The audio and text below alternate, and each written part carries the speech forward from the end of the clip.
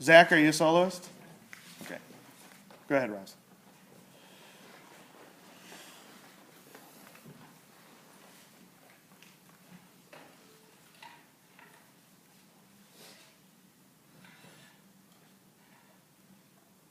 Good morning.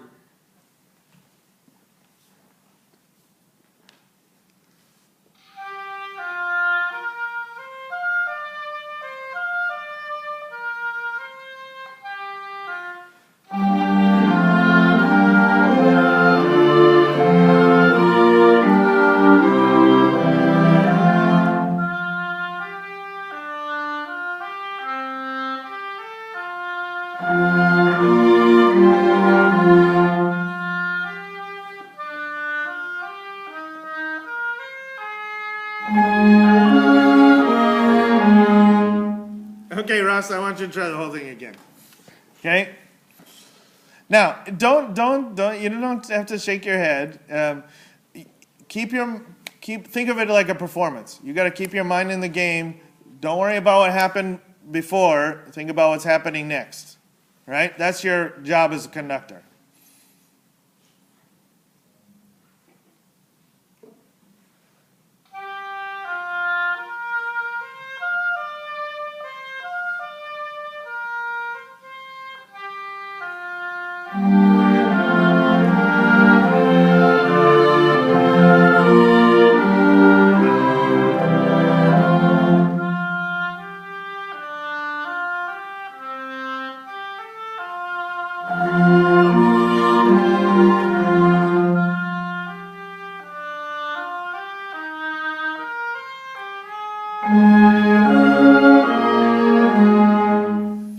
Okay, good. Now, both times when you, second time was better. So thank you for trying it again. Both times when you started, you weren't looking at Zach when he started. Okay, that's pretty important, especially when you have a soloist, that you maintain eye contact with them. Because this is what you did. You looked at him. Ba. Okay, so look at him when he starts. Stay with him. Be supportive, but not intimidating.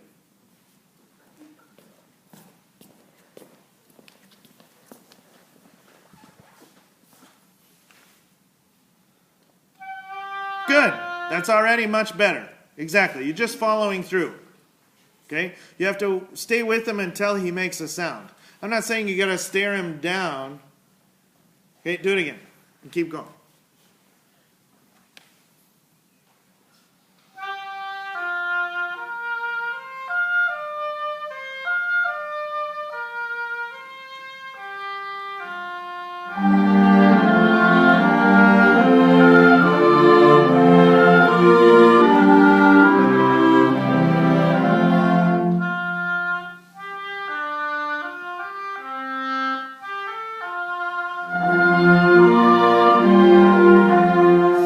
So you're very concerned about directionality, and I want you to be less concerned about directionality and more concerned about the important stuff, which is giving downbeats in the right place. Okay, so again, here, do it again. I don't want to see any pattern except for the downbeats in the right place.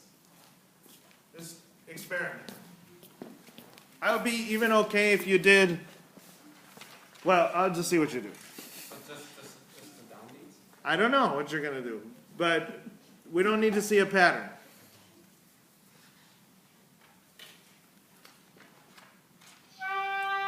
You still got to move. Still got to move.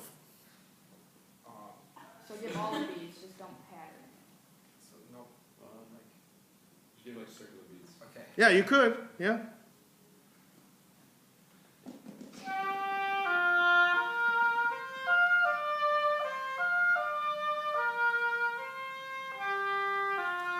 Okay, yeah.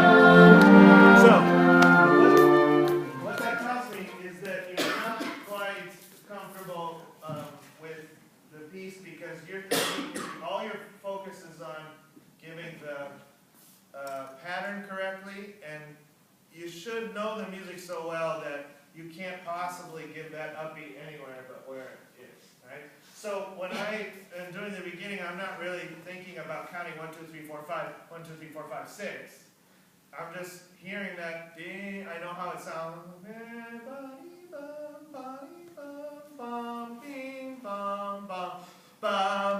You just know, right? So maybe give the upbeat, and then this time you don't have to do circles, you don't have to give beats, but give the cue for everyone to come in. Okay? So start him, and then give the cue for everyone to come in. Do I have to use the pattern again, or? No, don't conduct any beats except for starting him and then starting everybody. That's all you have to do.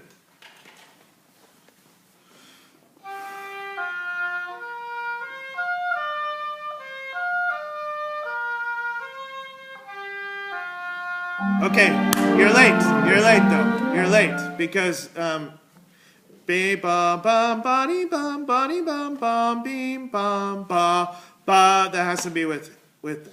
Okay, so I guess I'm trying to get you to be more participating in the flow of the rhythm instead of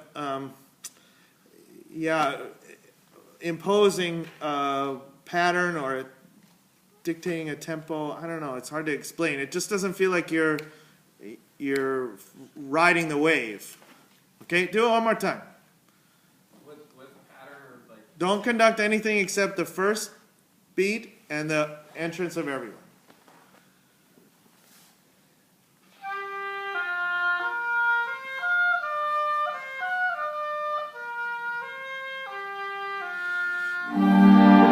Yes. Okay. This is the best time yet. Now, those are the major points of information that they need. Now, everything you do in between can't distract from the flow of what just happened. Okay? Now you're allowed to conduct, but, well, let's see what happens. Think about those two pillars as your focus points. Okay?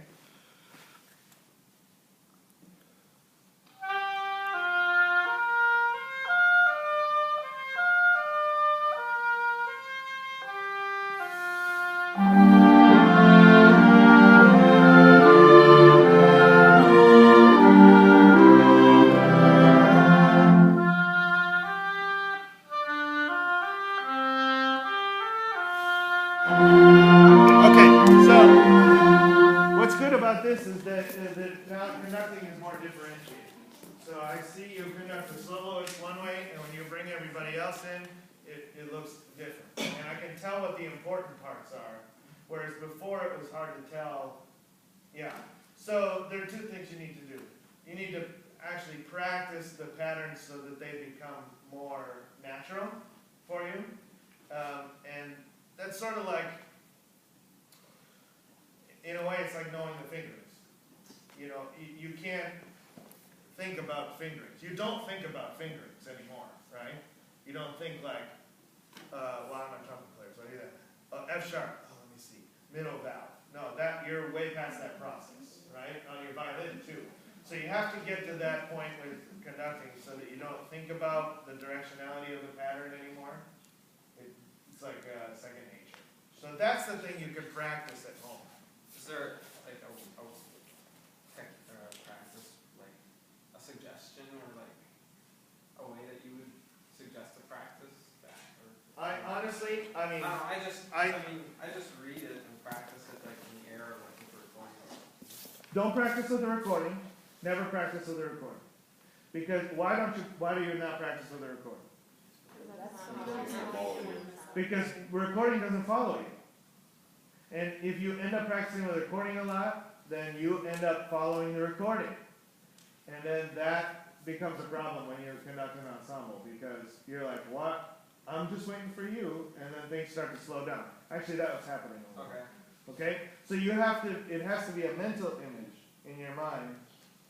But honestly, like, I think I used to just sort of like geekily practice patterns, like, just watching TV. Like, I could eventually deliberate any pattern and think about something else. I could, eat this, make a cookie, whatever. I don't know. Just try and tone it out, like just have it go on more? Yeah, this has to be almost like Not with thought? completely without thought. Okay. Yeah. So that's why you have to practice it as a separate physical skill. Okay, Brianna.